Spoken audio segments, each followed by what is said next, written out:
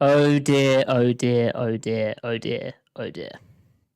Thank you everyone for your patience waiting for me to go live. I don't know if,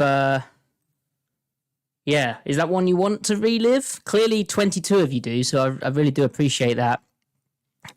I had to eat a lot of pasta after that. And I don't know if eating pasta after that type of loss is a good move, because now I feel full and sad, whereas before I felt empty and sad. Also got coffee here. What a mess. What a mess. Good to see everyone in the chat as well. Narc Diaries. I meant to reply to your comment about your dad. That's cool. I thank you for letting me know about that. Don't be lost. It's okay.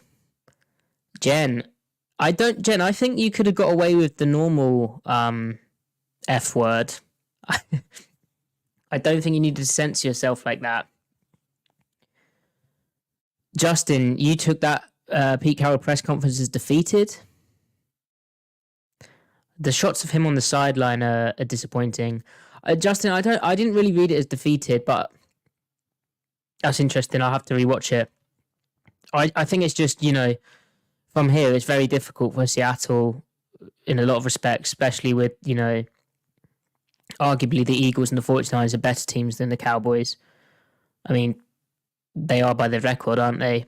And the 49ers did disgusting things to the Cowboys. So, yeah, it's kind of that probably internal, at least, recognition from Pete that they're not quite there or not there at all. But we'll talk about that in the podcast. Vince, yeah, the endless penalties will come up as a topic for sure.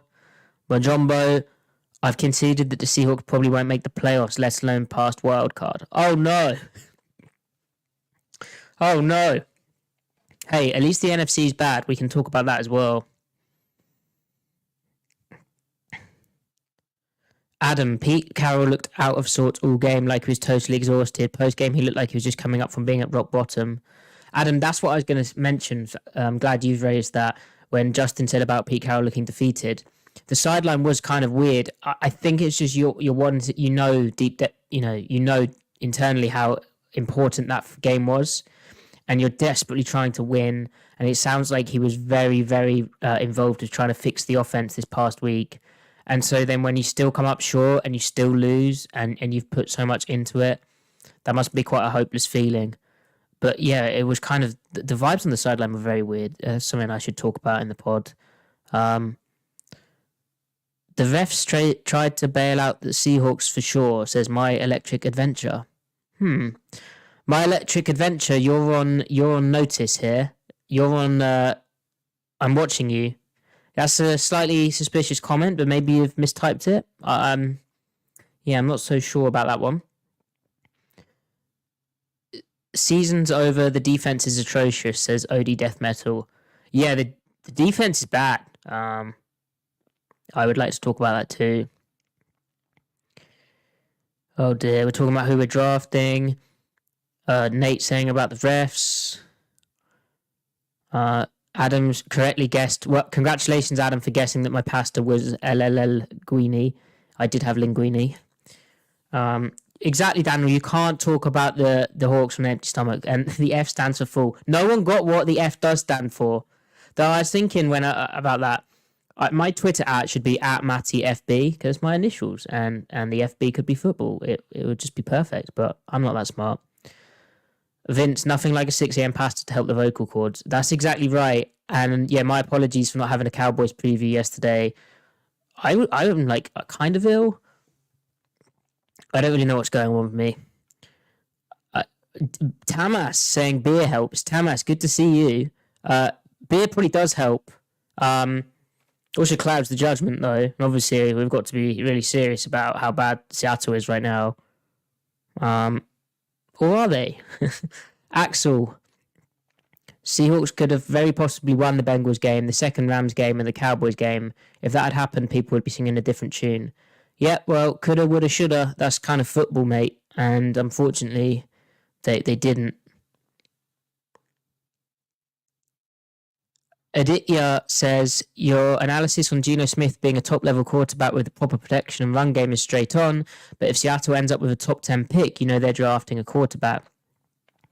Yeah, Aditya, well, I'm glad you agree with my analysis. You'd expect them to at this point, wouldn't you? Especially with kind of the way the roster is. It would be, but I don't see how they end up with a top 10 pick. They're not that bad. Or are they? I don't think so. Chris, I'll talk about that Waldron last fourth down play because that's a big one, isn't it? I've got a good read of it now after Geno Smith's comments as well. There's also, let me get that up for us. There's a Next Gen Stats tweet which has the All-22 in it. So we'll talk about that. In the UK, I don't get Prime Vision, so I don't get to watch the like live All-22. If I did, I think I'd just go nuts. Well, yeah, but it's quite annoying. Good morning, Robert. Who is responsible for protection calls? And we always seem to leave the best opposing rusher unblocked. Cincinnati and today. Yeah, we'll talk about that, Robert. Yeah, JTR. Pete was annoyed at the ref. Patrick Chase, am I on the fire Pete train? Oh, Keegan, Benjamin Solak did a good tweet. Okay, good for Ben. Ben's a good guy. I know he does those good breakdowns. Let's see what he. If it's a video like he usually does, I won't be able to watch it.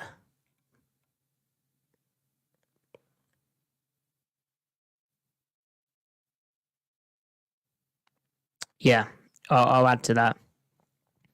Yeah, so Patrick, the Fire Pete train. No, not yet. Not yet. But I really like Pete Carroll, so I am always going to admit that I'm slightly biased in that respect. Yeah, let's talk about it on the podcast. First, just before I go into the actual pod and do the intro and all that fancy stuff, is my mic okay? Because I rewatched some of the last one, the film room I did, and it was quite hot. So I've turned the volume down slightly. But like, it's a good mic. It shouldn't sound bad. And I felt I sounded worse than usual on the last episode. And Ty said it's been hot in recent episodes. So let me know, please. Like if you turn your volume up to halfway, is it just like, or is it okay? Thank you, Tamas. Thank you, Chris. Right, let's have a sip of water and then get into this mess. It's so nice. It's a little hot, says TJ Gamer. It's a bit scratchy when I talk louder. Thank you, chat. Right, that's I don't know why that is because I think my computer updated and whatever it did. Let me do. Why is my mic volume at 100? Okay, is that really quiet though? Has that made a difference? Is that less hot? Is that good hot? I don't know, because I don't know why. I don't know why it was it's being like this. But it'd be funny if you guys just couldn't hear me now. That's better. Thank you, Vince. Really quiet, said Adam. Right, okay. Hold on. Quiet now. Right. This is great. Right. How about now? I think the problem is when I hit those, like the 4 and the 5, or my mic's just broken. Could be the mic's broken.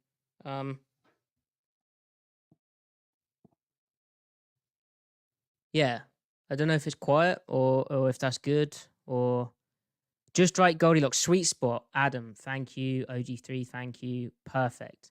Yeah, it seems to reset my settings every time I log in. All right, let's get into this crap.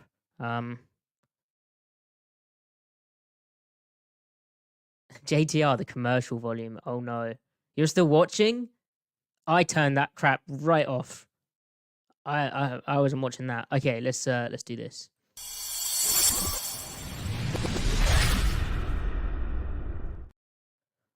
Welcome to the Seattle Overload podcast, where the Seahawks have fallen to 6-6. So they're not above 500, but they're not below 500 after a very disappointing 41-35 loss on the road at Dallas. Why it was disappointing? Well, the Seahawks offense had a somewhat of a revival. Geno Smith passed for 334 yards. He had 3 passing touchdowns. He also had 1 rushing touchdown. The offense really looked improved in certain areas, but ultimately in a shootout, they came up highly, highly, highly short. Now, there's a lot of things that we can talk about in this game. For me, the main takeaway, other than the improved offense, is that the offense had some situational issues that kind of reared their heads at the worst moment. Crucial 4th down plays where it just went to crap. And then the defense, while Dallas is red hot at home and they went, they put up 41 points, and they've been doing that that's the 3rd time they've put up 41 points at home. The defense that Seattle's built and invested a lot of resources into is not playing well. And more than that, they made it easy on the Cowboys offense because they gave Dallas 6 first downs via penalty, 5 coming on 1 drive, and over 100 yards of defensive penalties. On top of that, that 3rd quarter drive, an infamous 3rd quarter drive, that gave them 4 first downs via penalties. So 5 of those, there's 5 penalties on that drive, but 4 of them resulted in first downs. And what I'd say about the penalties from this game is, yeah, there's, the fact that the ball is overthrown or underthrown. It looks misplaced. But Reek Woolen, after the first time, kind of has to learn. And the Cowboys started picking on him and how he kind of, especially in press, he sometimes does kind of give up a big time, when the route's going down the field, he kind of gets beat, but then he recovers with his speed. Well, if you're recovering and then the ball's out and the receiver kind of gets that contact from you and goes down, then the officials will throw the flag, which they did.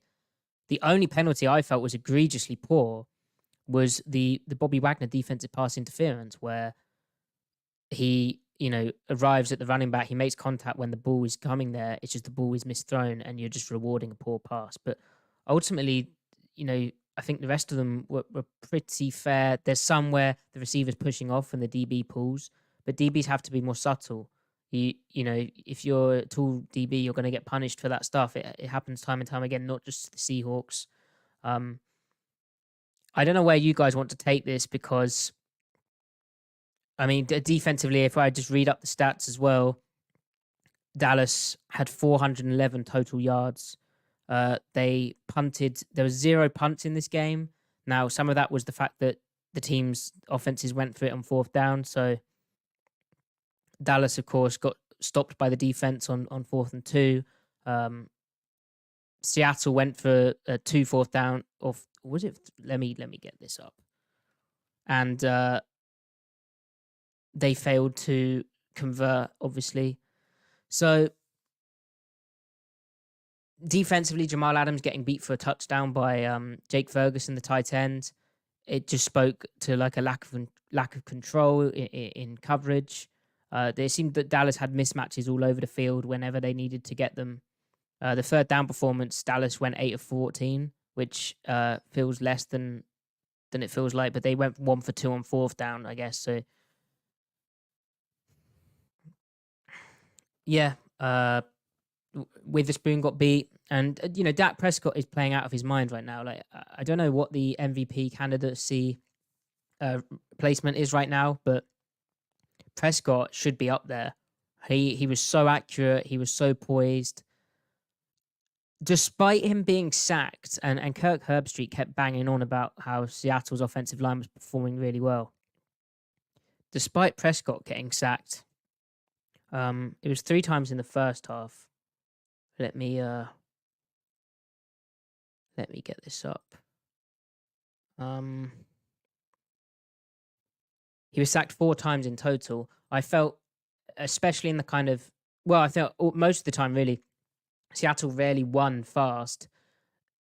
It was more coverage sacks on the back end, resulting in like second effort and then Prescott going down.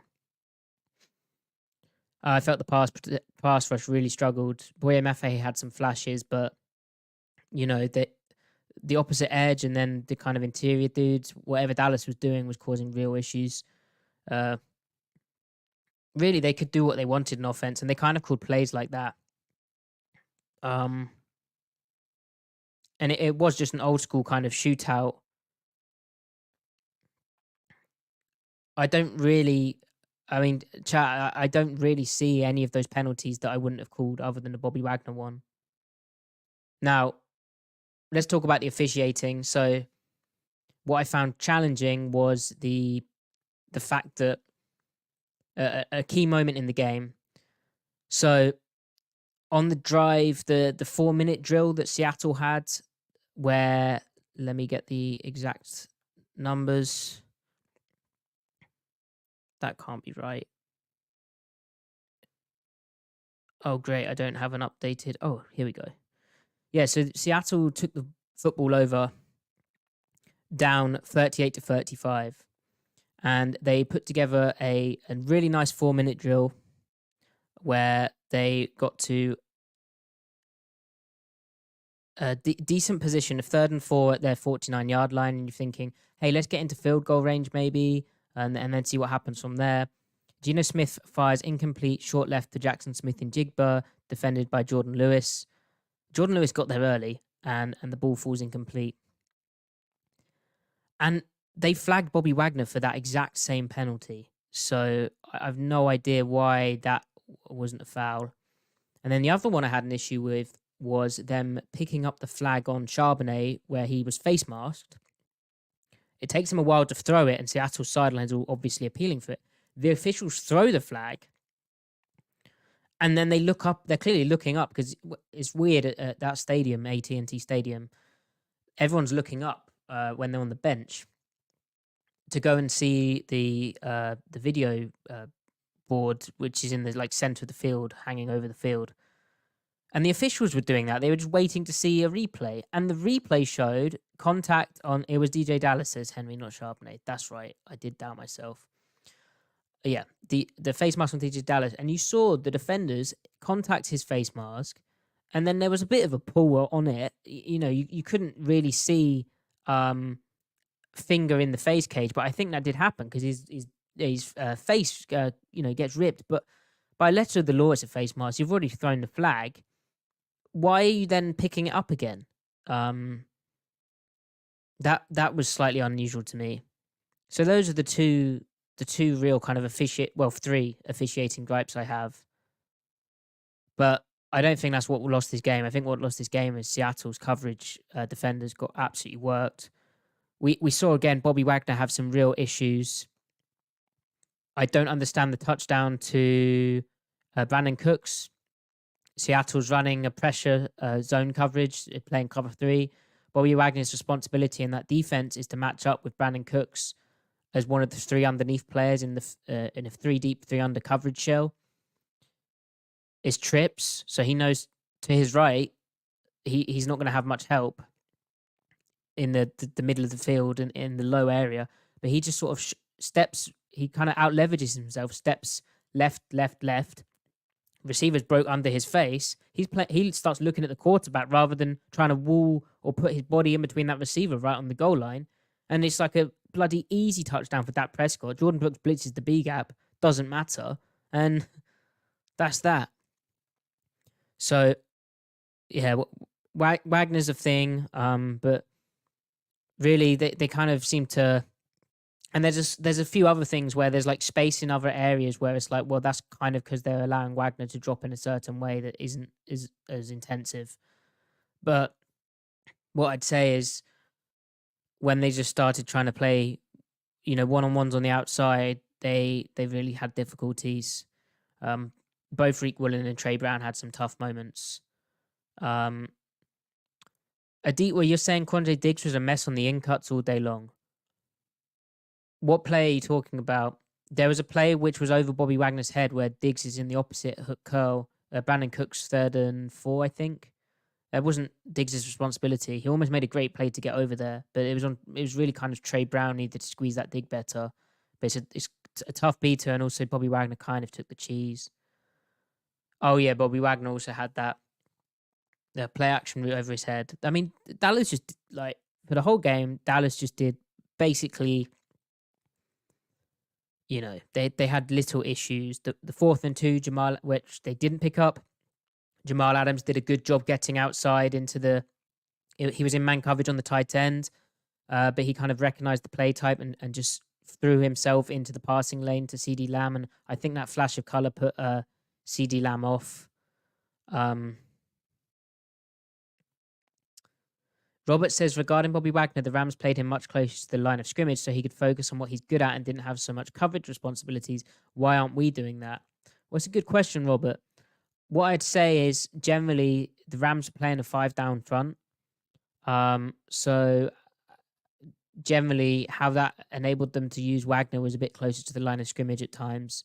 Seattle's playing a 4-down front and they're playing Bobby Wagner in the middle. So if you play him closer to the line of scrimmage, but he's meant to be covering the middle, if you think about a split safety defense, the guy in the middle of that defense, so like in a cover 4, cover 6, even half quarter, so cover 8, that guy in the middle has to kind of be part of that middle hook area, like not near the line of scrimmage or the deep area. The Rams really just played him kind of to the boundary on the running back, and he was able to play on the running back because they had 5 down at line of scrimmage, but he was just in less space as well. So different front that the Rams based out of, really. Yeah. So now I don't really know what else to say about the defense. I need to watch the film. It's massively long drives for Dallas. So let's talk about the time of possession here. Dallas had 36 minutes, 27 seconds with the football. They went 4 of 8 in the red zone. So Seattle did manage to clamp up a bit in the red zone. They forced them to settle for 2 field goals. I don't know what to say. They just needed 1 stop, really. OG3 will talk about the last play in a second. So before we talk about the pivotal moment, which I probably should have started with, but there's 2 injuries from this game. So we just spoke about Bobby Wagner. Well, Jordan Brooks, the weak side backer, playing the jack position, unfortunately, he injured his ankle. He was seen with an ice pack on. The broadcast said it was on his like groin, but I think or thigh, but I think well, I don't know. Maybe it's related, but maybe he was managing that before. But the ankle thing doesn't sound good. He looks so upset on the sideline as well. And he's a massive player for Seattle. He's their best inside backer right now. He's even though he goes off the field in dime situations, he adds quite a lot when he's on the field in the nickel stuff. So that's a bummer, and Pete Carroll seemed very despondent about that. The other injury is Zach Charbonnet banged his knee, went in the blue tent. I think it happened on that 4th down play. And fortunately, it sounds like he's going to be okay. Pete Carroll described that as a bruise. So Seattle, with a few extra days rest, he might be good to go next week. We'll have to see if anything shows up. They might x-ray it, but it just sounded like a bruise, so that's good. Vince, you're asking how did Devin Bush play after Jordan Brooks was hurt? Obviously, I need to see the tape. I think he got away with a few plays in coverage where he's just a tick slow. I think he did okay. I didn't notice him much. Probably meant he played okay.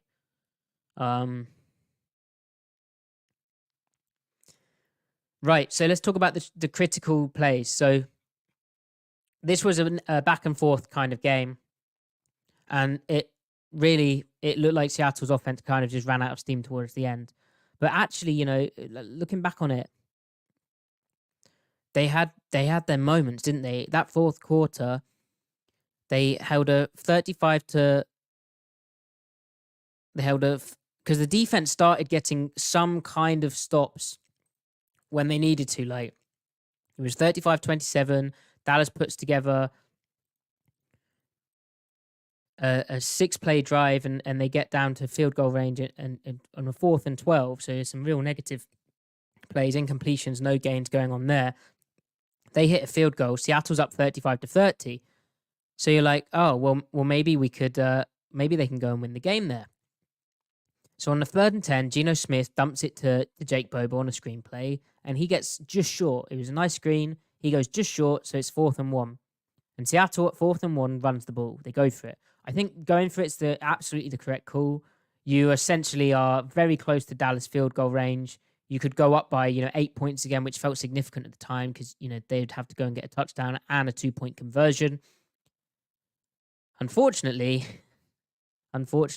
Zach Charbonnet is unable to pick up the play.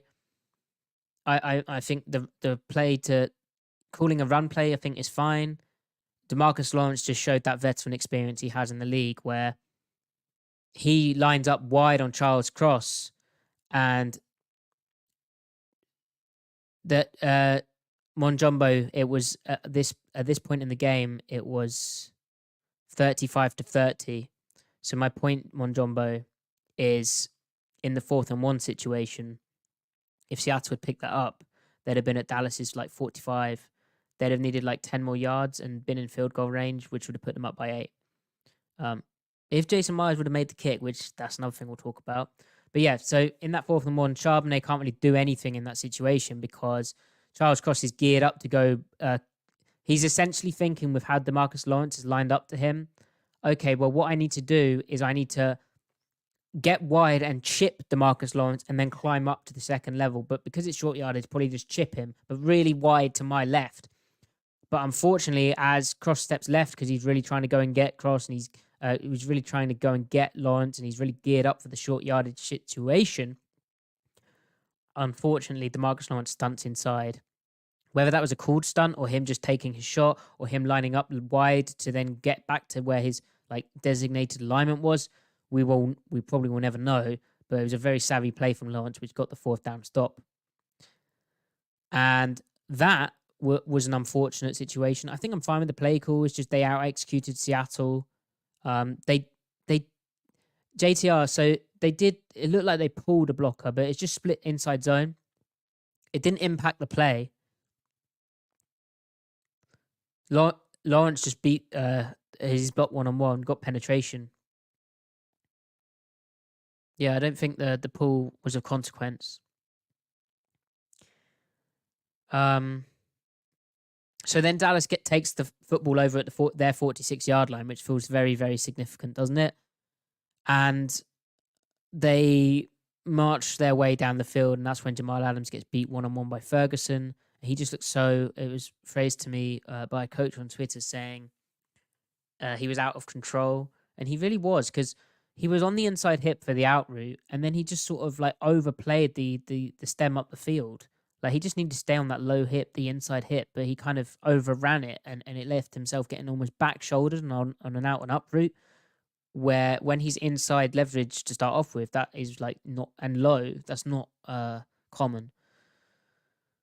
So Dallas then went up by 38-35 on a 2-point. And then Seattle answers again. There's that beautiful, on the 4-minute drill, beautiful shot to Jackson Smith in Jigba. And then the pivotal, of course, there's the pivotal incompletion to Smith and Jigba that I spoke about, where that probably should be defensive pass interference, especially when they called the one to Bobby Wagner. I mean, this was a clear example. And then on the 4th and 4, which I need to watch back, but they get cover 0. Geno tries to lob it up to Jackson Smith and Jigba. Smith and Jigba breaks his route off in a slightly different way on the corner route. He also struggles to locate the football in the air, and the ball falls incomplete. And Geno says after the game how it's something we need to get a lot better at. If you remember, Jackson Smith and Jigba, and it's a shame because there were so many positives to the offense, but JSN had so many. He had so many good plays, but that touchdown he caught, which was actually overturned and got Seattle down to the 1-yard line, that was a very similar type of play where Geno kind of just lobs it up. He finds the ball in the air on a corner route, and he kind of comes down with it, even though he didn't. But he located the ball and was able to attempt a catch. This play, he didn't. and I need to look at the protection, because it felt to me, while Kirk Herbstreit was really praising Seattle's pass pro, and I want to talk about that in a bit more detail. Geno Smith only sacked once. I'll get to why I think that was. In the clear passing down situations, Dan Quinn pulled Shane Waldron's pants down. Like, he absolutely nailed him. He understood the rules that he was going to get. He knew kind of what plays they were going to run in the short yardage pass situations, or even just the clear pass situations. And the Seattle's protection was just tough out there. So then the final fourth down, which is the big talking point, is the 4th and 2. So it's just over a minute left in regulation. Seattle had got inside Dallas's territory, Dallas's half, and it really felt like there could be a chance. Remember, Seattle was down by 6 points by that point. They'd managed to get a stop of Dallas. And so hopefully this doesn't get me done out here. Let me share my window with you. Oh, I should probably get my pen, shouldn't I? Let me get my pen. But essentially, they knew they were going to get man coverage. It's how Dallas had been playing the game. It's how Dallas had been going out there. They probably knew they were going to get a lot of pressure. And so there's some interesting comments from this game. Can you... Oh, brilliant. I've messed it up. 1 second. Oh, no.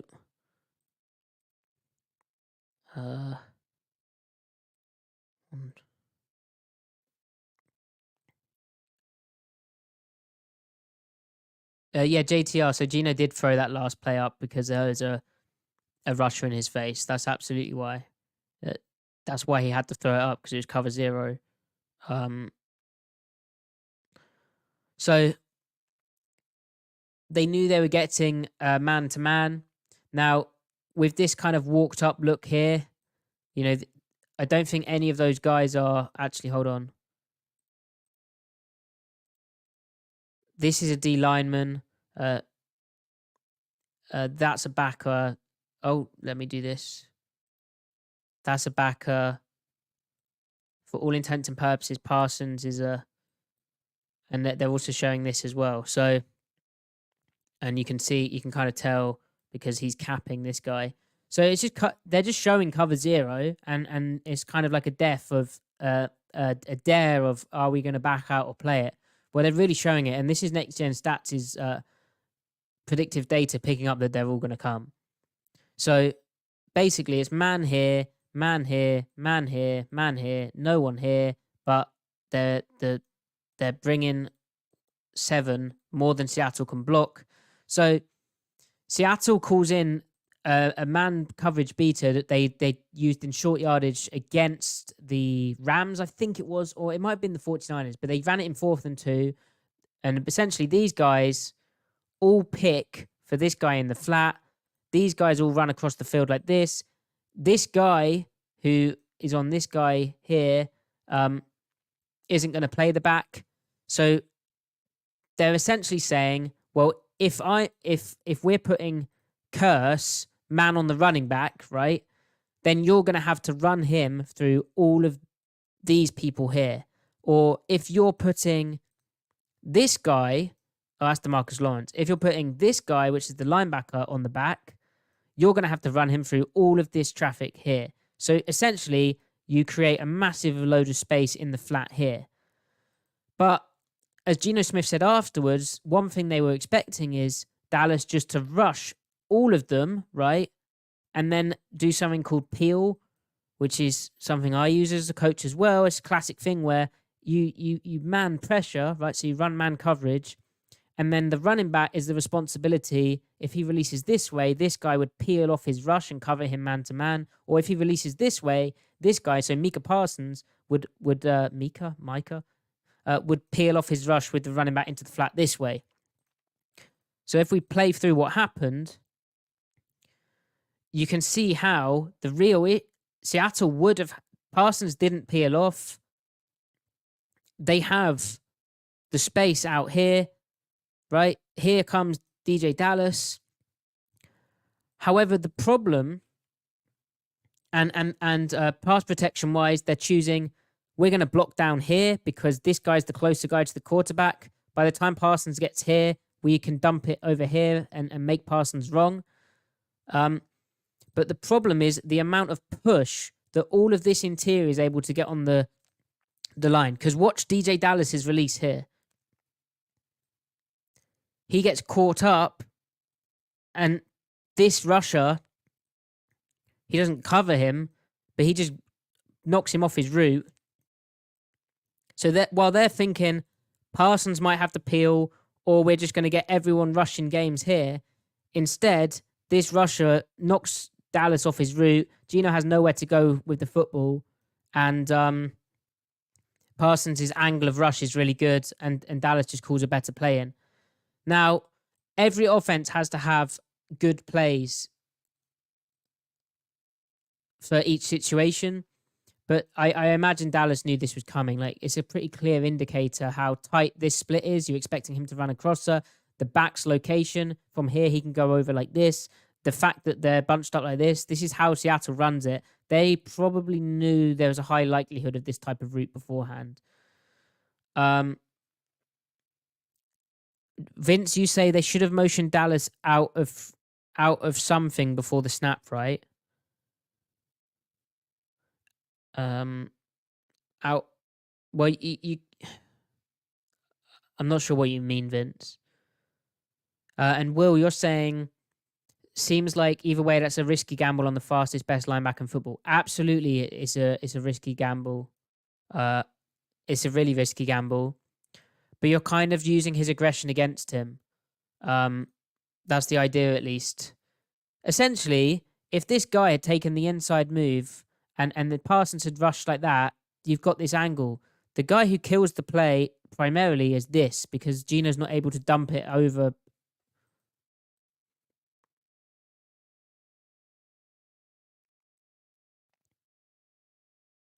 So that's annoying. So I wouldn't necessarily blame Shane Waldron, but Dallas just came with a better play, and whether that's their primary, whether that's too obvious, given that's what they've been to before in this exact same situation, then that's tough. Dan Chu, you're saying Abe Lucas lost his rep versus DeMarcus Lawrence. Yeah, kind of, because also Lucas had the inside leverage advantage, so really he needed to block the crap out of Lawrence down to move him further out of that kind of alley. But yeah. So that was a kind of a bummer for how that all ended. How much do you factor in knowing your personnel, bad matchups to put your guys into?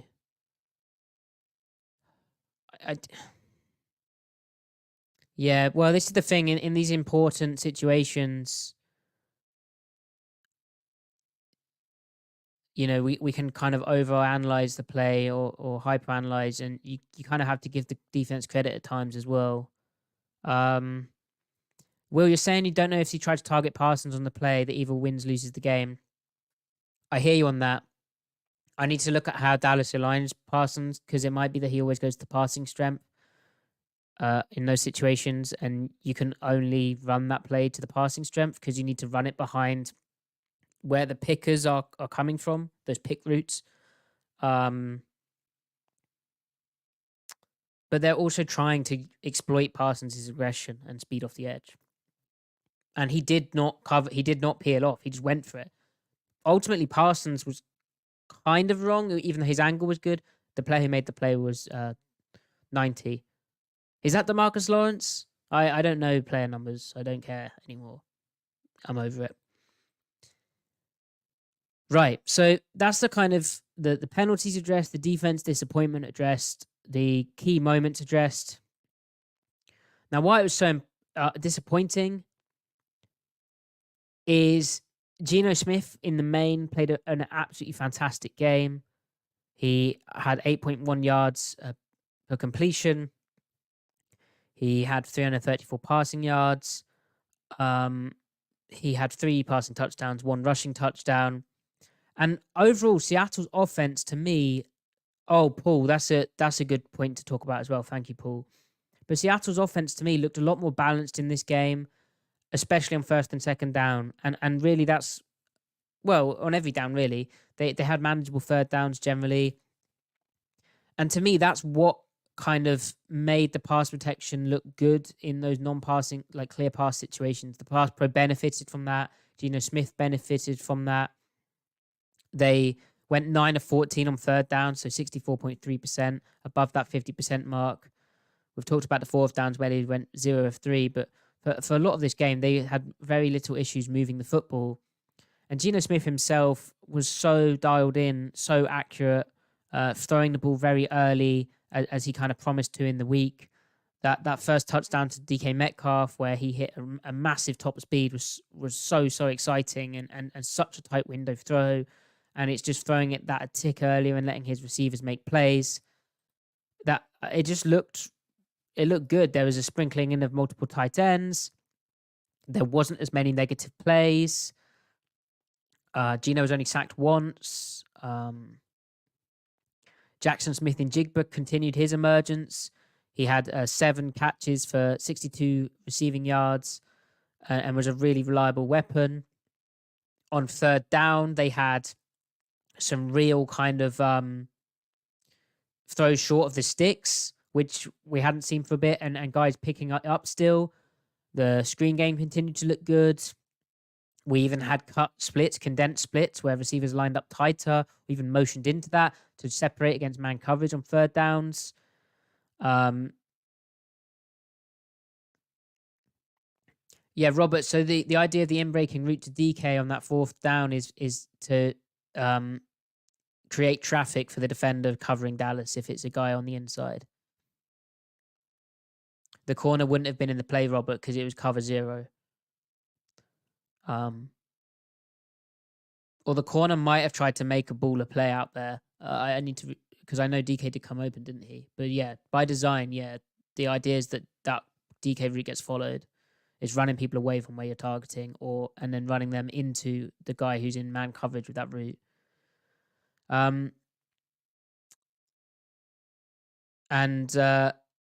Yeah, so Aditya, you make a good point. So you say that there was no run game despite them being balanced. Yet they only had 66 yards on 21 total carries. Charbonnet had 19 carries for 60 yards of 3.2 yards per carry average, 1 rushing touchdown. That is a big thing. To me, it's that they stuck with the run game and kind of, even if it was only getting 3 yards, it just kept them a bit more honest. They weren't dropping back loads in that type of game state. So I think that really everyone benefited from that. And, Geno was throwing the ball earlier with real zip and kind of throwing guys open like he spoke about. Now, the result you get from that is that pick that happened to Tyler Lockett, where he targets that route, and Lockett didn't run a very good route. He'll want that one back. He tried to kind of push off on Bland, and Bland was allowed to pull in by the officials. It was subtle enough, and Bland got the interception. But that's kind of the result of the approach that you're going to get if Geno's going to start trying to throw guys open. And that situation, he was getting heated up, so he wouldn't have had time to look to the next read. It was like, okay, pre-snap, we're going to go here. We know we've got a one-on-one out here. We're going to throw the out route. I've thrown it early enough. Tyler just got bodied off that route. That's the sort of stuff which will happen. You kind of have to live with that. But Lockett always has to run a better route. And on the subject of Tyler Lockett, as was it Julian? Trying to keep up with the chat. Sorry about this. As someone kindly highlighted, Tyler Lockett had that super disappointing drop on second down in such a big moment. And I don't recall seeing Tyler Lockett that frustrated with himself. He gets up, he starts pounding the turf. Like, I've never, ever seen him show emotion like that.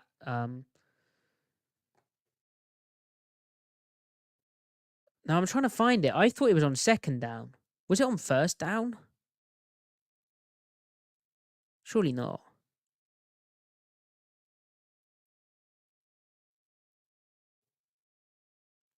It might have been on first down.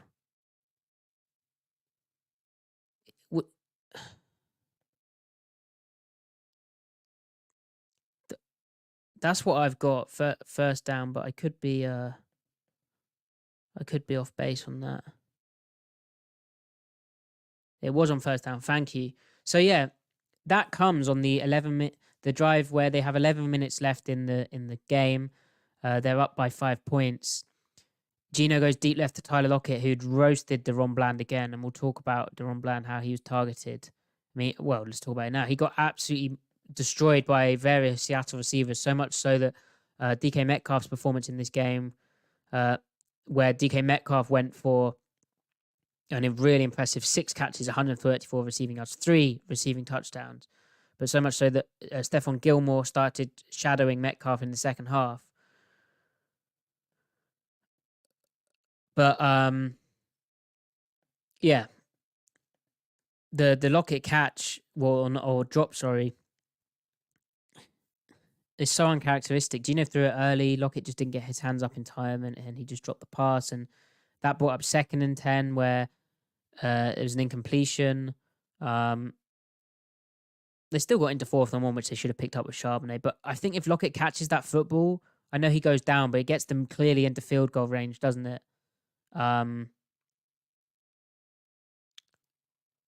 Yeah, that was sad.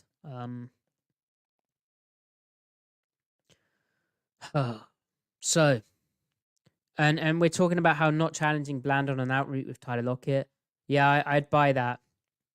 Now, what we should say about Lockett is he did come back, and on that last drive that Seattle's offense had, 1 minute 43 seconds, the drive starter, Tyler Lockett runs a beautiful kind of post out route where he sells the double move well, and he gets out of bounds. Seattle, from their 25-yard line, gets to their 42-yard line on a 17-yard catch.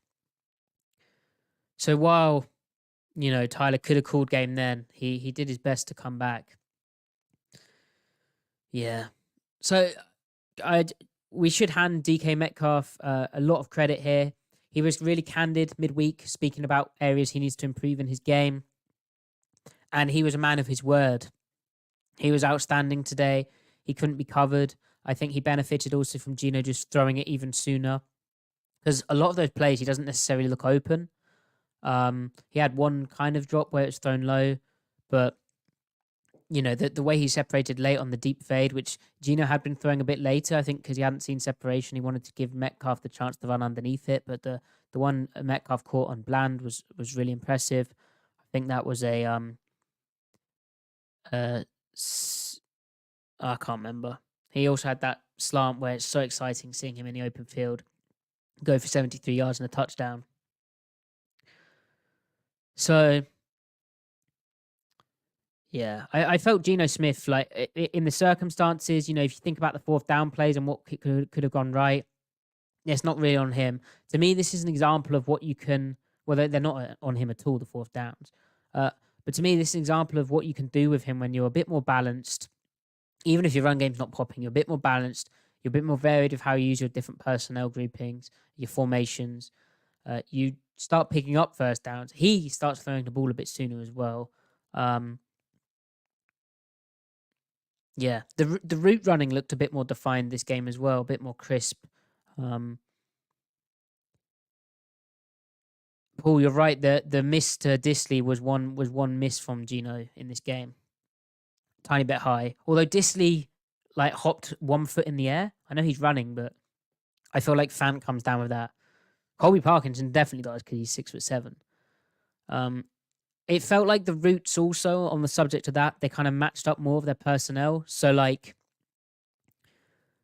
you had Noah Fant run a deep over route off play action versus a safety and go for 25 yards, finish his day 3 catches, 43 yards.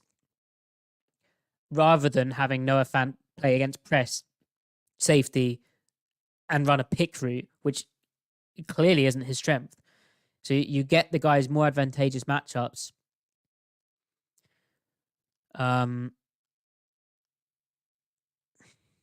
Yeah, so I'm not going to say the offense is fixed because we've seen it before, but this was pretty much it wasn't quite a complete game from them, was it? Because of how it ended and the fact that it was.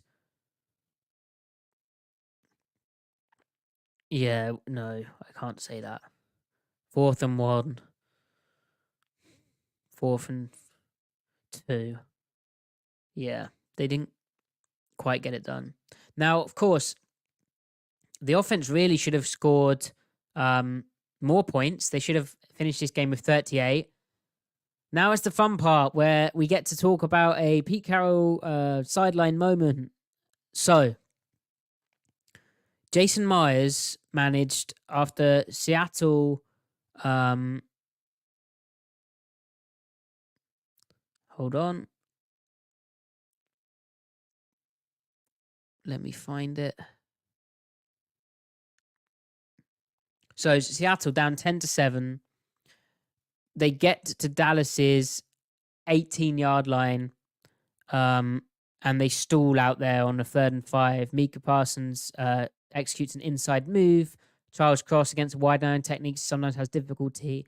He was probably expecting a bit more help from his guard, who really tried to double the nose tackle. And the guard didn't get out there in time. Parsons is so fast, screams through the B gap. Gino has to get rid of it, does a good job getting rid of it. And so Seattle has a field goal from Dallas's 18-yard line. And for some reason on that play, the officials moved the ball but didn't reset the clock. That's another moment for the officials that we can talk about, or we can reference. I need to stop saying talk about. So Pete Carroll's heated on the sideline and he's going at the official. And during that moment, when Seattle's now kicking from Dallas's 24-yard line, still kicking from the 18-yard line, but their clock hasn't been reset, Pete Carroll suddenly screaming timeout, but I think probably because he's been shouting at the official about something else on his sideline, the official probably zoned him out, and so no one hears it.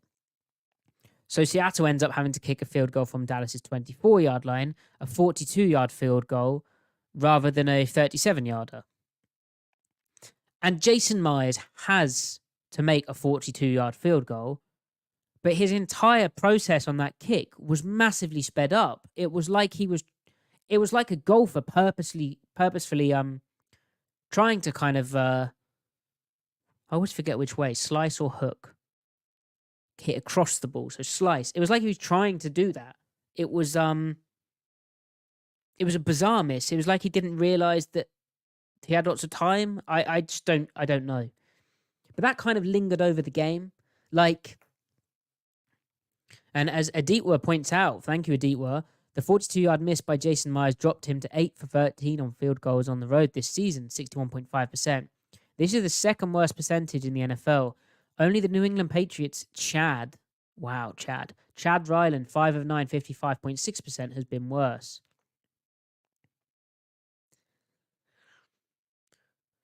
So, yeah, that delay of game results in a miss, and it did linger over the game a bit. Like, imagine if Seattle, on that Dallas drive where they're down 38-35, imagine if it's 38 all game. They still need to go and get points, but, you know, there's a few things that does influence, and ultimately, regardless of how weird that sideline stuff was with Pete Carroll and going at the official and him then not hearing about the timeout or just not listening or just going, screw you, you've been shouting at me, I'm not going to call the timeout. Jason Myers is paid a lot of money. He's currently on a $21.1 million contract. It's a 5-year deal. There is guaranteed money in that. 8.6 or 8.7 million basically get fully guaranteed money. And it expires in 2026. And this has been his worst year. So that sucks. Not much more to say about that. Let me have some coffee. It's almost 7 a.m. here. It's lovely. I'm just going to stay up.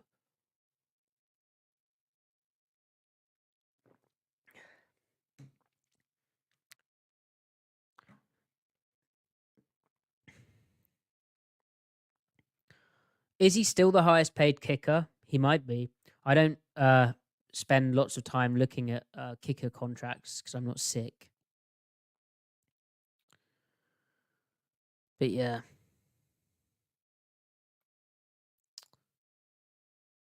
So, is there any topics you guys want to talk about from this game, or shall I move it on? And when I say move it on, I need to talk about the time for a second serving of pasta, says Robert. Yeah, pasta for breakfast. Yum. I'm going to do something like deranged, I think. I'm going to go into London, have lots of coffee, write something. I've got a really good article to write to finish for Seahawks on Tape. I can now talk about how the route running was fixed in this game and compare it to what went wrong in previous games. It can be a massive one. The second highest kicker, highest paid kicker this season, according to Dan Chu. Thank you, Dan. Aditya, so offensive line wise, I don't really have much to say about them. I think the way that a commentator or an announcer, as you guys would say, talks about things, I think kind of really influences general perception. So Kirk Herbstreit was really positive about Seattle's O-line. I just think they help them better. But I don't even think the O-line themselves are to blame for some of these clear passing down problems. I think Dan Quinn, like the Rams and the 49ers, in the clear passing downs, teams know how to really cause Seattle big issues in a way that if you're a bit more varied with your pass pro scheme or your pass pro calls, I don't think happens to other teams. Like, think how effective Sean McVay is at varying how many chip protections he uses to stop teams doing stuff like that. Look how teams pick up cover zero looks. Seattle seems a bit kind of predictable in or just to lack enough of the options required schematically. So yeah, I think the O-line played okay. It's also hard to evaluate Aditya because the ball was coming out relatively quick on most stuff, and then when it didn't, there's the problem. So I need the tape. Paul says, with the weak run game, do we blame the running backs or the blocking or the play calling? I actually liked some of their runs. Like they had that kind of counter run where they pulled the backside guard and a tight end off the line of scrimmage. That was nice for Charbonnet. I think you've got to look a bit at the O-line. I don't think they're that predictable in their run game.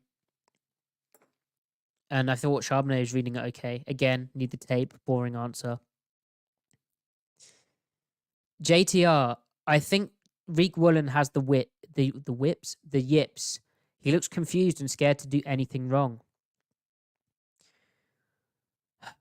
Yeah, so maybe confidence position, isn't it? And this is probably the first challenge. That rookie year was kind of house money for him. He'd have been amazed, one, he's drafted in the 5th round, but he's so raw to the position. His athleticism is a big talking point. He becomes a really fun story. He takes the job. Everything's quite good for him, relatively easy. Down the stretch, teams started kind of hitting in cuts on him and picking on him in that way. Remember that 49ers playoff game as well? And this year, I think, is his first real kind of adversity in the league where, he has that knee operation. He has it scoped. I think he's still recovering from that movement-wise, honestly. I think anyone would be. And then now, he does look short of confidence.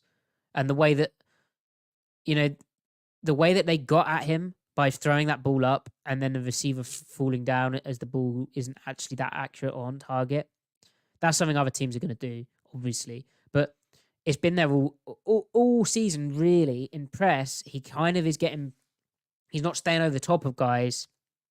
They're kind of running by him. And then he's able to recover, but the ball doesn't get thrown. This game, the ball started getting thrown. He just started running into dudes. Reflect the Sun, thank you for the donation. If you want to donate, there is a very simple super chat link. There should be a Stripe link in the description. If not, the last video has one. Wow, 7 a.m. Thanks for getting up so early for the game and the review. You think I got up for this? No. It's, I don't even know what time or day it is. But thank you very much, Reflect the Sun. Yeah, I thought Woolen's tackling was better this game. I think that's fair. Adam says, you talked about Seattle's huge resource commitment on the defense, but the defense has simply not been good enough or consistent enough. Where do we go from here, Matty?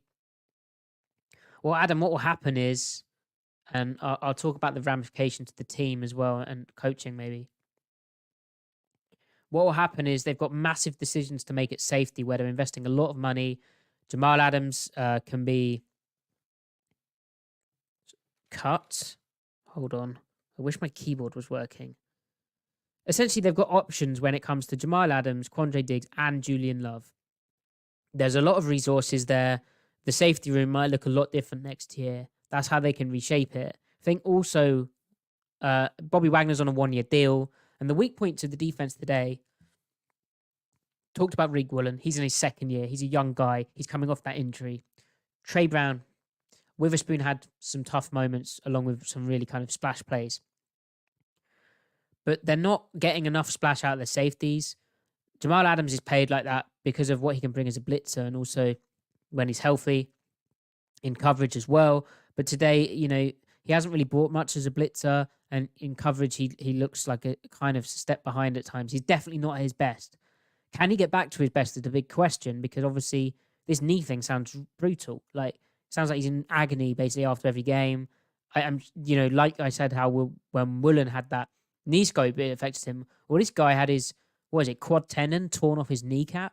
Like, that's going to take some time to get back fully if you can.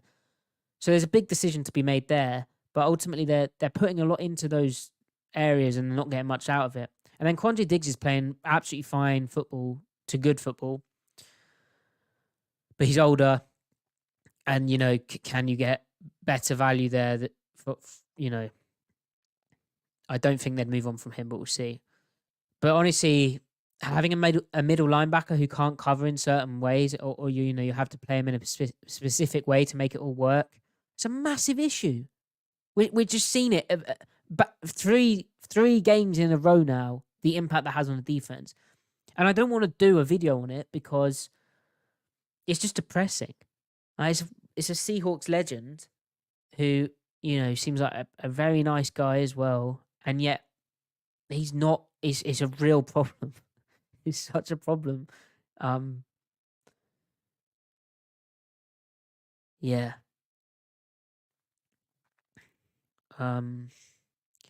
How much is the... Oh, and Will points out we really miss Uchenna Nwosu. Absolutely. He was the best defensive player on the defense. I said that after week 1, I said, can Uchenna Nwosu save the Seahawks defense? Because obviously week 1 went rough. And it was a kind of a clickbaity headline. But he has game-wrecking ability. Not as consistent as the top guys. Not that he's paid like that either. But he especially on 1st and 2nd down, when, maybe they do a bit of play action, maybe they chip, he's really able to kind of read and take his shots and get pressure on the quarterback then. And that's, I think, where he's most missed. Not on the 3rd downs, but on those kind of early downs where you just need a bit of pressure to move the quarterback up off his spot. I think that's where, they need him. But they don't have him. So, Will, in terms of scheming up pressure, to me, part of that, especially on early downs, that comes to how much do you want to ask of Bobby Wagner in pass coverage? Because they tried to scheme up pressure on that Brandon Cooks touchdown. Jordan Brooks blitzes through the B gap.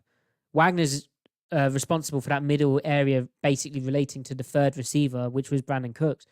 And the technique he plays with is super, super conservative and just off. So, because his movement skills just aren't what they were. Noigash, do you think this defense would be better with a better scheme or coach? Could be top 10 easily, in my opinion. What I'd say, Noigash, is I think they definitely need to start mixing up their fronts more. And we have to see what happens with Jordan Brooks as well. But there's things you can do to give Bobby Wagner assignments which are... And I don't want to scapegoat one player, but there's a lot of knock-on effects to it. I was asked earlier by Robert how the Rams used Wagner compared to what the Seahawks are. That's an option.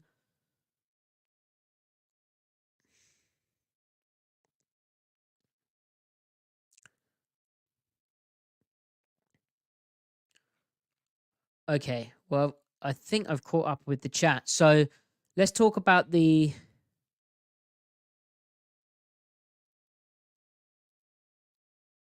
the ramifications for this team. So they're 6-6. They've lost 3 games in a row. They now have to play the Philadelphia... No, nearly. They now have to play the San Francisco 49ers. It's so weird. I don't understand why... Why do they play the 49ers? Again, why? What? NFL schedule. On the road next Sunday. So they get like 2 days extra rest if you think about the traveling and stuff.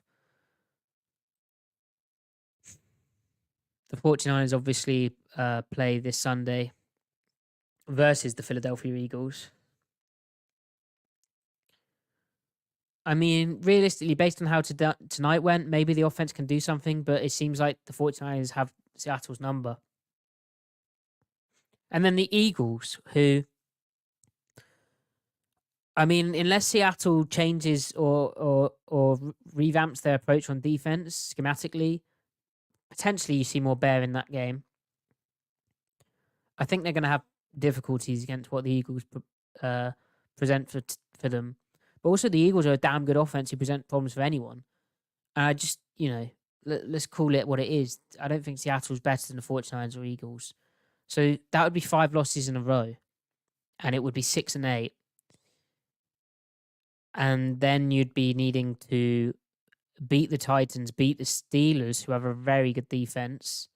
And the Steelers game is at home, but Titans on the road at a 10 a.m. start. It's tricky. And then the Cardinals game, which is on the road again. And Kyler Murray is healthy, and he occasionally causes Seattle issues, although I haven't been impressed with what I've seen from him this year so far. So maybe you could get to 9-8, and then the other factor to this is the NFC standings, where the NFC is a very, very poor conference this year. So if you look at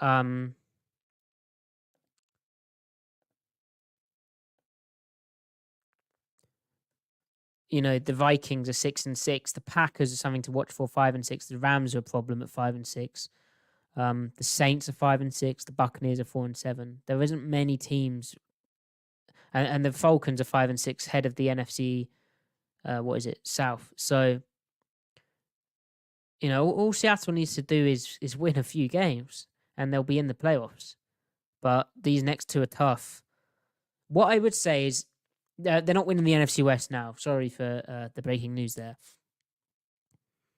But this is an opportunity, this back half of the season, to build on what they did offensively today. And that's kind of how Pete Carroll, DK Metcalf, Geno Smith spoke about it. The reporters are sort of shaping it.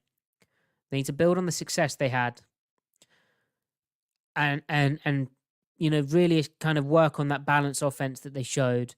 Geno continue the kind of early throwing, continue executing and have less negative plays. Actually establish an identity on offense and be good, right?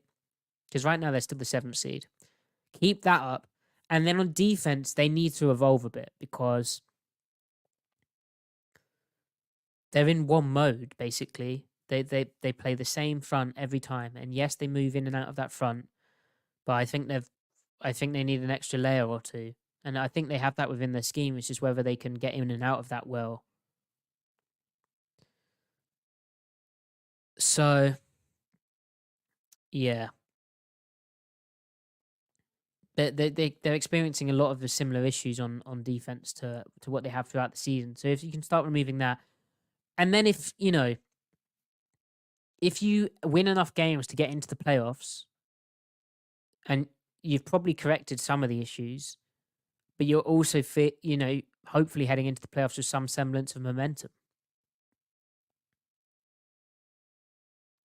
OG3 asked, do I think there's a chance we change both the coordinators in the offseason? Yes. Yes, I do. But we'll see. It's big. That brings me nicely to not just for the rest of this season, but for the future of this franchise. The remaining games are massive. the last time a Pete Carroll team lost 5 games in a row, it was with the New York Jets, and he was fired as their head coach. And that losing run started with Dan Marino, the fake spike against him for the Dolphins for the touchdown. And it's very feasible that Seattle does lose 5 games in a row. 49ers versus Eagles at 49ers. I would be so disappointed if they can't beat the 49ers at least once. And they did play very hard this game. I just think there's too many issues. Sasha asked, what happened to the dime package on defense? I think we saw it today, didn't we? Be surprised if we didn't. What I'd say, though, Sasha, is if it's 3rd and shortish, they're not going to run that. No Bro says, why did the Seahawks draft Devin Witherspoon if they're going to play cover 3 bail? What do you mean by cover 3 bail? Like they mix their coverages a lot. But yeah, could Pete Carroll get fired this season? I mean, it'd be an absolute shock because he's such an institutional figure within that organization. He's been there for so long. Obviously, has an executive role as well. The team, but like, if you went, I mean, how many games do you lose in a row before it becomes a real problem? And I think the way he's coaching, and we talked about his sideline posture and how he looked really angsty and extra kind of into it. I think he's feeling the pressure.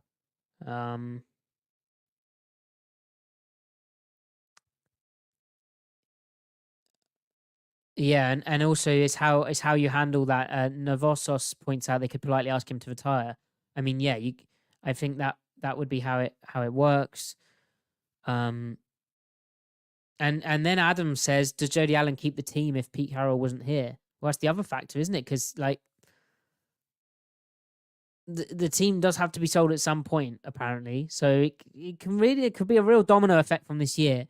And then Geno Smith looked really good today. I believe that is actually what he can be like most games. And then you kind of envision a bit more reliable pass pro, a bit more a consistent balance to the offensive system. And it's quite easy to envision at least a top 10 quarterback. That's what I've always said. But in terms, if it falls off again, well, then there might be a different quarterback. And then, you could get a total regime change.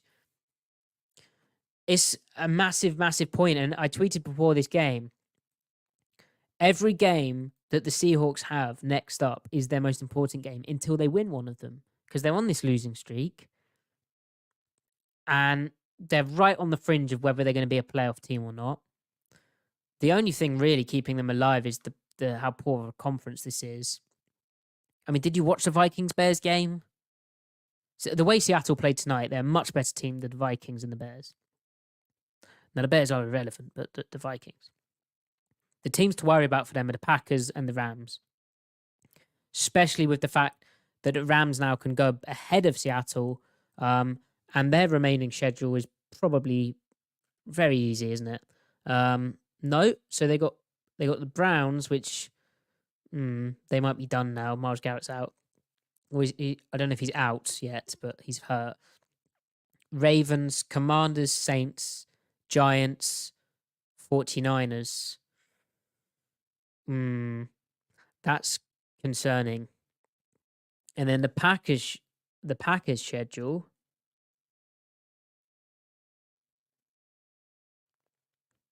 Chiefs, Giants, Buccaneers, Panthers, Vikings, Bears. Yeah, so the Packers are a big problem. And yeah. So that's all I can really say.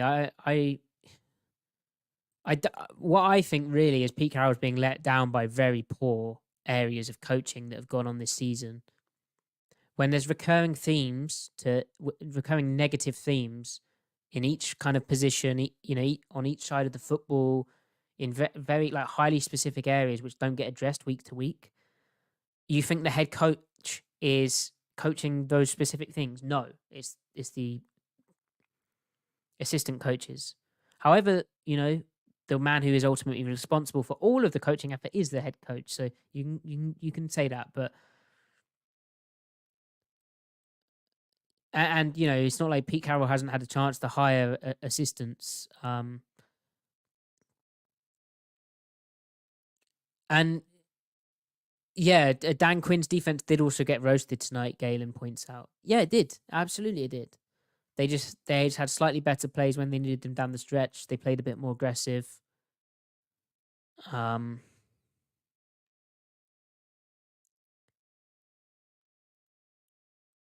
So what I don't get right is,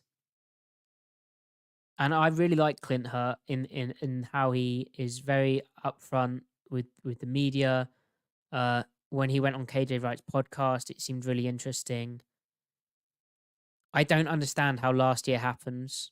I still can't get over how they ran that defense.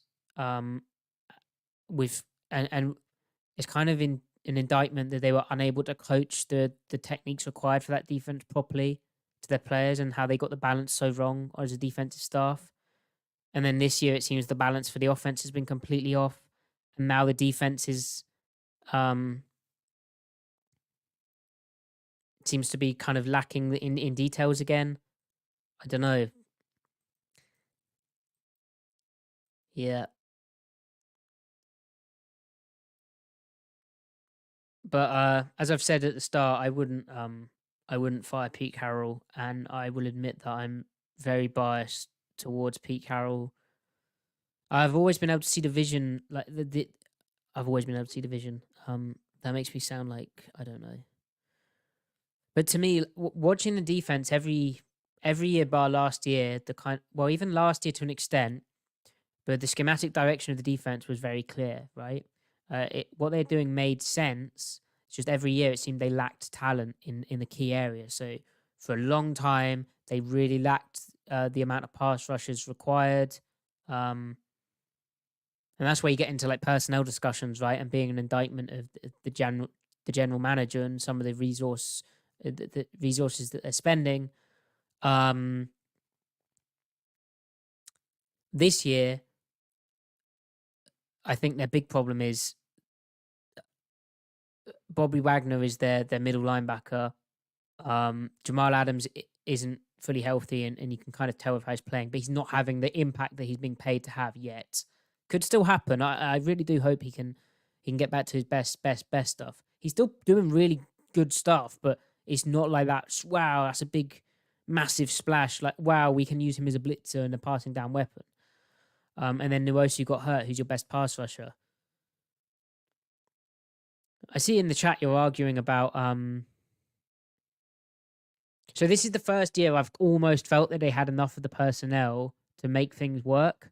And at the start, I was like, the scheme is built, but they're so rigid and sticking to like when it's like a neutral down, they just stick to that that nickel overlook. And yeah, they stunt, and yeah, they call different coverages, and yeah. But ultimately, you could play a tiny bit of bare fronts when you need to present a different picture for guys.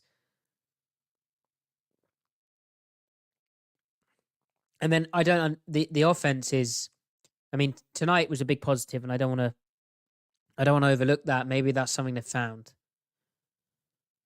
but we'll see, won't we? That because I don't know how some of the stuff which has gone on the offense happens in the NFL, and that's not just a Shane Waldron thing. That's like a Sanjay Lal thing, something we spoke about on the film room. Was it Tuesday? Like the way that these receivers have been coached, some of their routes is like, that's interesting. And how there's been persistent issues with that. Although maybe tonight was a bit more defined.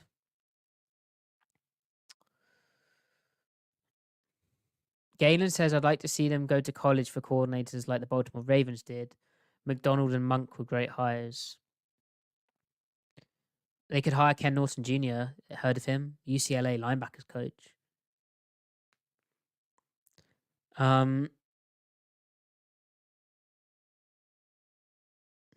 OG3 says, seems like every year Pete Carroll has to step in and get his hands on in like week 10 to fix the offense or defense. It absolutely does. And it's really weird. It's really weird. And then if that keeps happening, right, then maybe that's a problem with how the whole thing is constructed by the head coach. Because, I mean, the defense seems to need to be fixed at some point each year. I mean, at least I'd say tonight there was a few things schematically defensive-wise, and then a few things personnel-wise, but really the penalties is such a...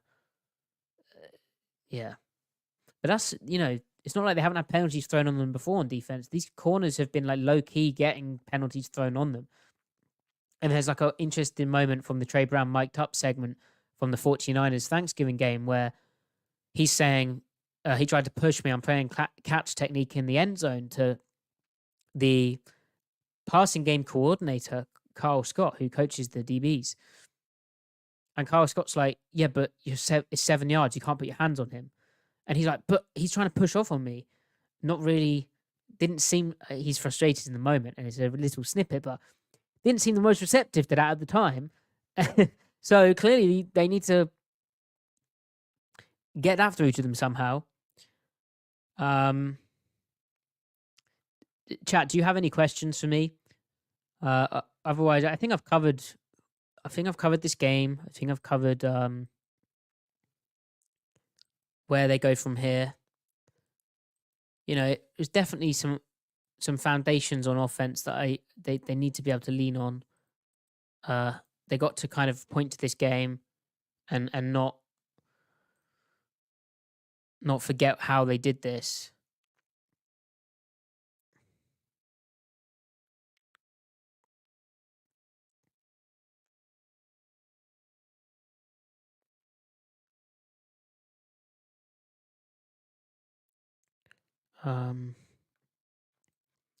Yeah, I should have mentioned that the Cowboys had 9 penalties for 127 yards. It was definitely a flag-filled game for both teams.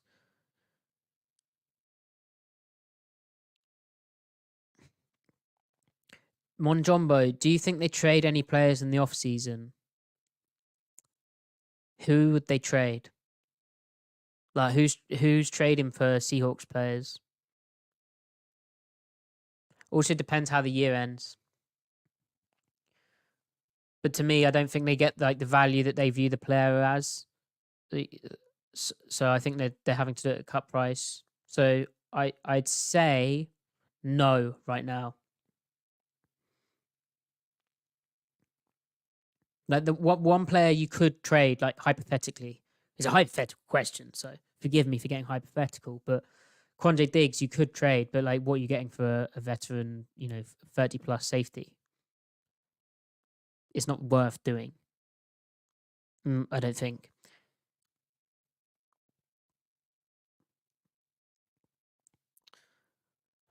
Makoto, I think that's a new name. Nice to see you. Can you summarize why Bobby Wagner is a problem?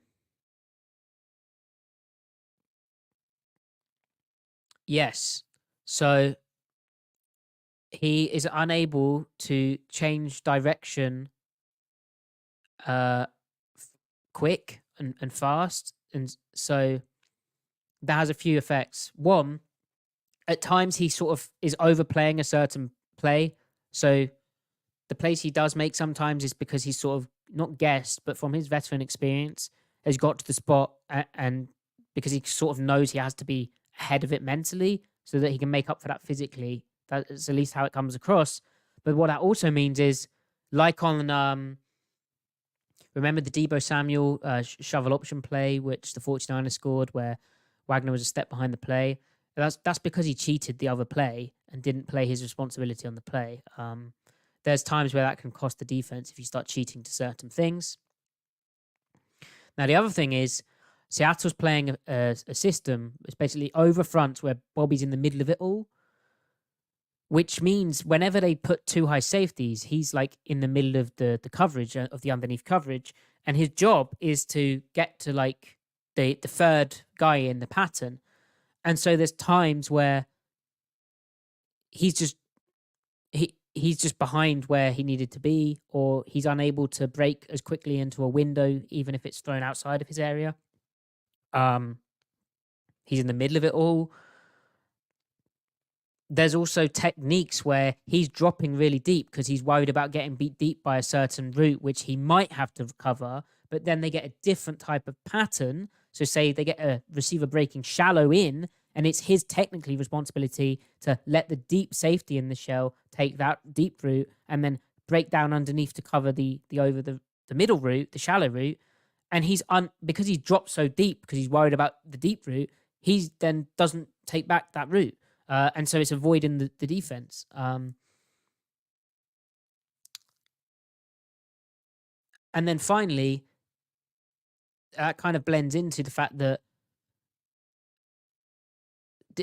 offenses know that he's only going to play. He's very unlikely to be in man coverage on a running back. That would be Brooks, right? Or Adams, but Bobby won't be. He'll be blitzing or a rat defender in the low hole, basically covering grass in that low area, looking for like the shallow crosses. And then in zone coverage, they know he's most likely just to sit in the middle of the field in the split safety stuff. And then in one high, they know he's very unlikely to turn and run in a weak hook. They kind of know he's just going to drop and vision and break. And last year, the cover three they ran at times was very, very aggressive. Like they were very good at playing cover three last year and very tight coverage because everyone was really kind of matching. And this year, it's a lot more kind of vision and break. And that's kind of to accommodate Wagner. So it kind of limits your options because you all kind of have to play on the same page with your teammate. So, I mean, that was an attempt at summary. It's quite difficult because obviously, I'm not looking at film. Maybe I should do a video on it, but it's very depressing.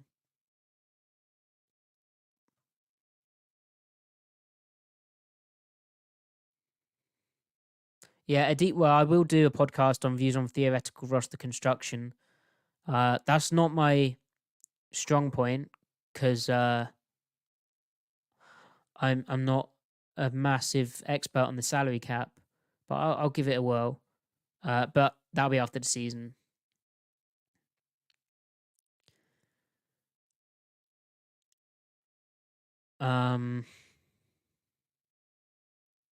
Makoto, you're saying I see that it just seems like he's everywhere, but that may just be by design. So yeah, in the run game, he is in the middle of it. So when the ball hits up the middle or goes outside, and he's still good at finding the football, right? But he's not in coverage, and also certain run types are a bit of a problem. DK Metcalf trade to Adam Carter. After tonight, that's our topic. I don't think you'd get back what you want.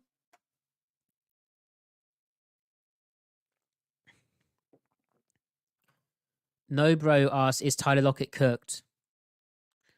Well, he drew that DPI, didn't he, down the field? And it was like one of the first vertical targets I remember him getting. That out route against Bland was disappointing, but I felt he played fine today. He certainly looks to have lost a bit of an explosive step down the field. But cooked is a bit strong.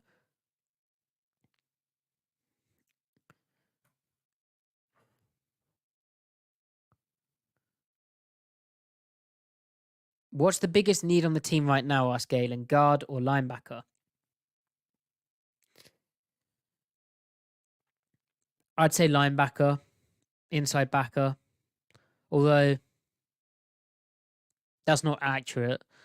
It is guard. If you had like a stud guard, it would really help.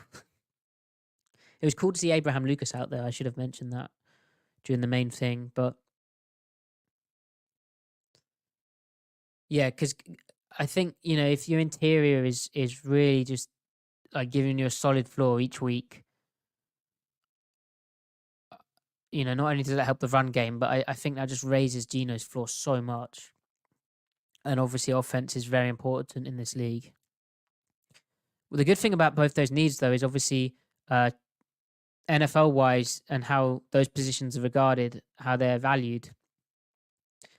They are not the most expensive things to pick. Albeit, if you want a fast linebacker who can run fast and is slightly bigger, you generally have to pay a high pick for that. Like, when I say high pick, day 1/round 2, like I think where Jordan Brooks went. But the good thing about Brooks is hopefully he's healthy, and they have a decision to make there too, don't they, about his contract. They have to re-sign him. But the good thing about Brooks is he can play Mike. So you could get what that means is you get a slightly lighter linebacker, more kind of not coverage oriented, but more of a weak side backer than a middle backer, who could play on the, who could play next to Brooks.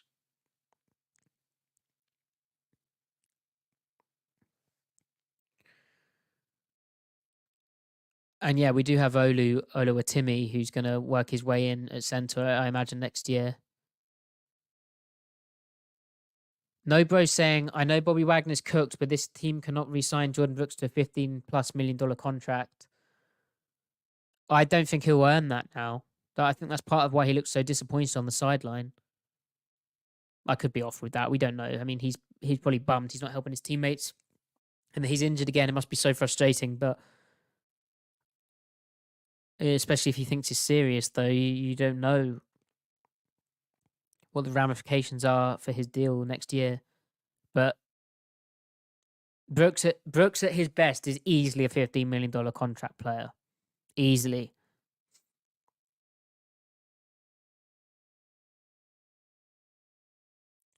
Makoto, thank you so much for your comment. And yeah, please do participate more.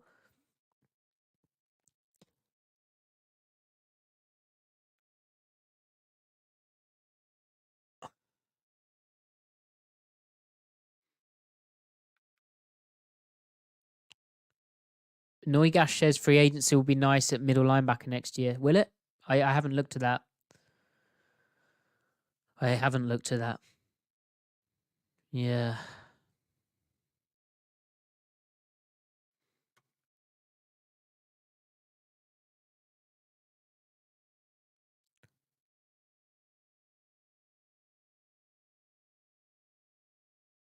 Anyway.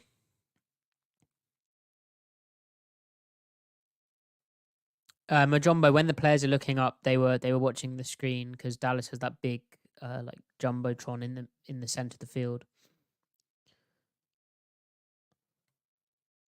Novosos says the Seahawks pass rush ran out of gas in the fourth quarter. Dallas's didn't.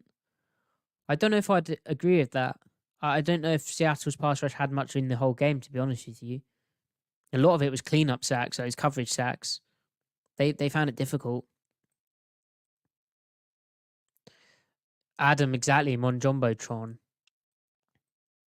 I always put an "n" before the J. Majombo. Majombo. I don't know why I find that difficult. My apologies.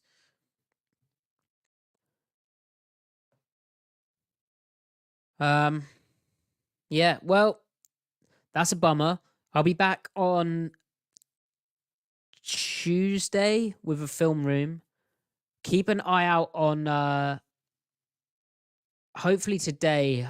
I need film from this game. But hopefully tomorrow, maybe Sunday, I'll have an article on the route running, like massive one. I wrote 5,000 words on how the defense fixed this run defense and all the history behind that, and they haven't really, have they? So, OG3, do you want to get banned?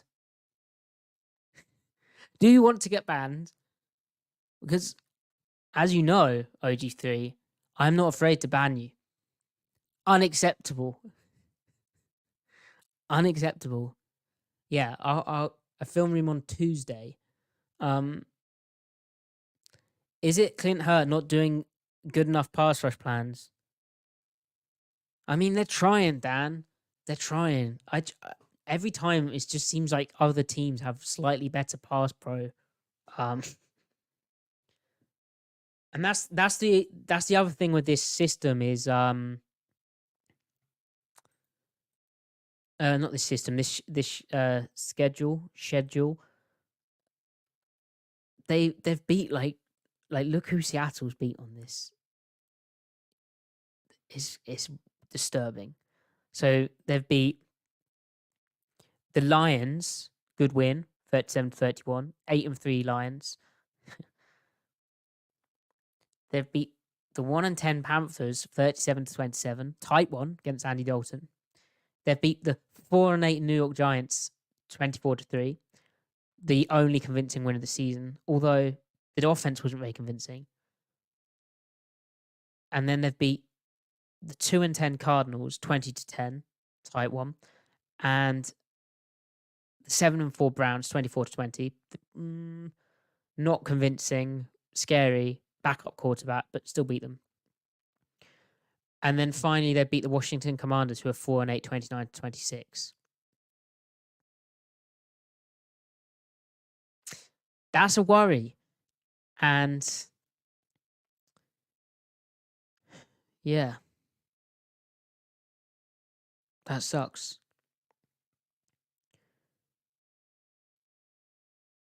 Dan, you're saying he's a defensive line coach on Clint Hurt. You are. He's actually, Clint Hurt this year is working with the outside linebackers. And I think Will Tukuafu and is it Damian Lewis? I think they're coached the D tackles.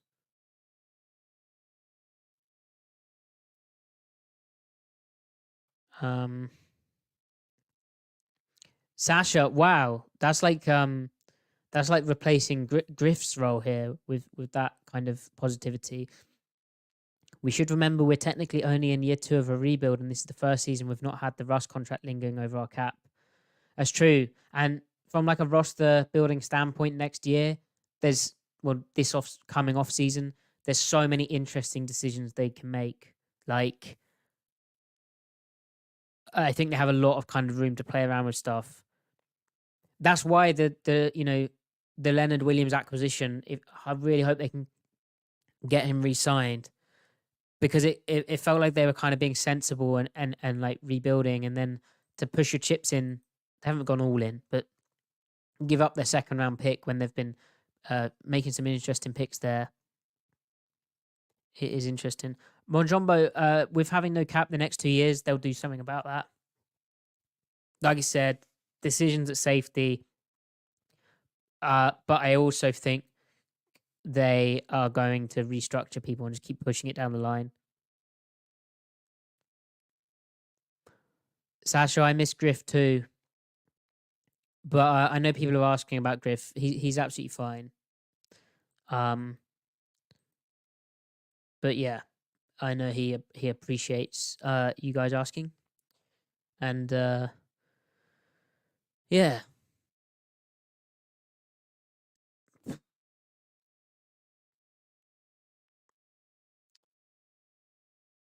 I don't have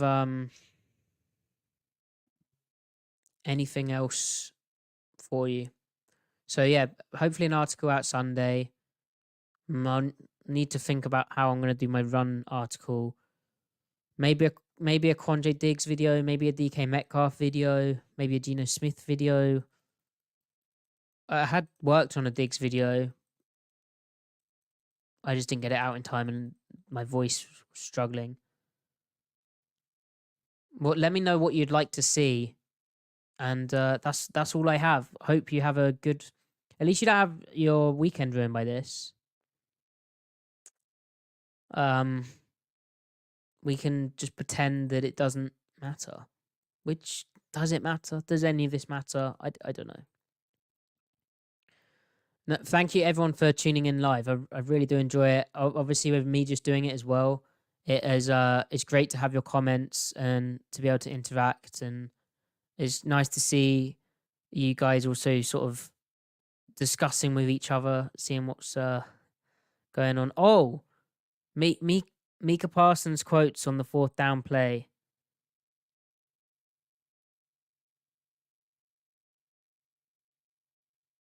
He thought the back was going for him. Great. Drink some recovery water to wake yourself up and clear your mind. I'm just going to drink coffee.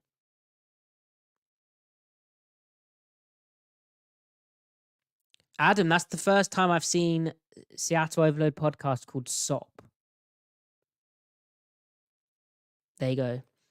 Well, please do like, comment, subscribe, 5-star review for the pod. Follow me at Matty F. Brown. I see that's not actually on the screen, but well. Seahawksontape.com, where it's been a while since I've done an article because I've been working on 2 big ones, but one big one should be out fairly soon. I'm going to go into London, have a coffee, get a cheeseburger, write the article, and go to bed. Thanks, everyone.